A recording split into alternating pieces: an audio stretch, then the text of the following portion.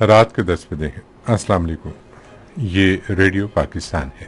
مجاہد خان سے خبریں سنیے۔ اہم خبروں کا خلاصہ۔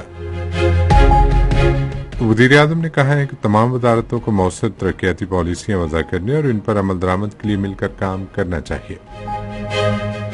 نائب وزیر اعظم اور کویت کے وزیر خارجہ نے آج ٹیلی فون پر بات چیت میں بدلتی علاقائی اور بین الاقوامی صورتحال پر تبادلہ خیال کیا۔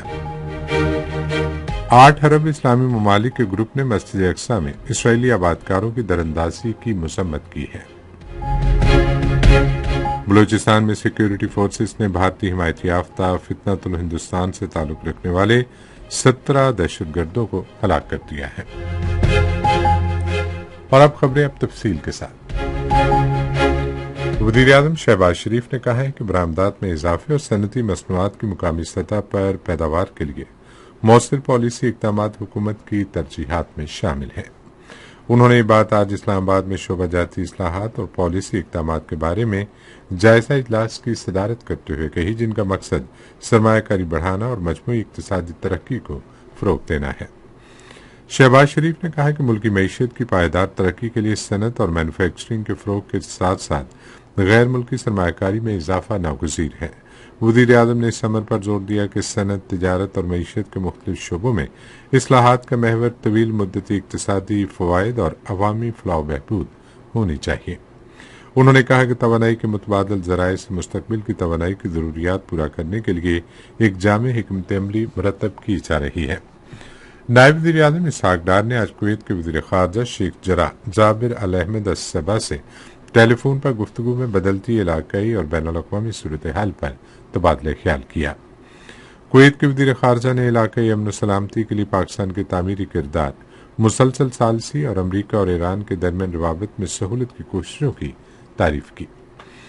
اس موقع پر اسحاق ڈار نے خطے میں پائیدار امن اور استحکام کے لیے ترجیحی راستے کے طور پر سفارتکاری کی حمایت اور مستقل روابط کے لیے پاکستان کے عزم کا اعادہ کیا۔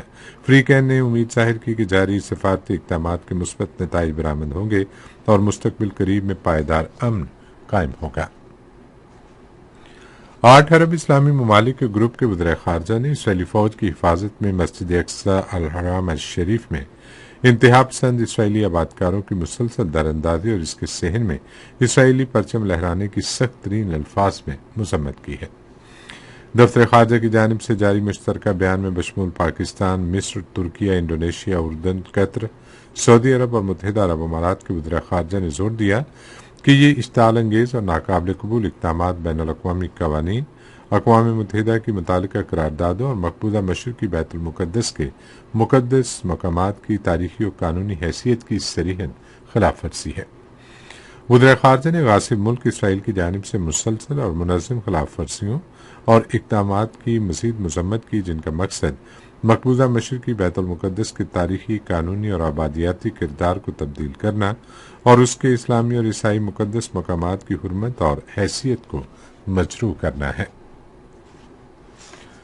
وزیر مواصلات عبدالعلیم خان نے مسافروں کی سہولت اور شاہراہ قراقرم تک انہیں محفوظ متبادل راستہ فراہم کرنے کے لیے مانسہرہ سے چلاس تک موٹر وے تعمیر کرنے کا اعلان کیا ہے۔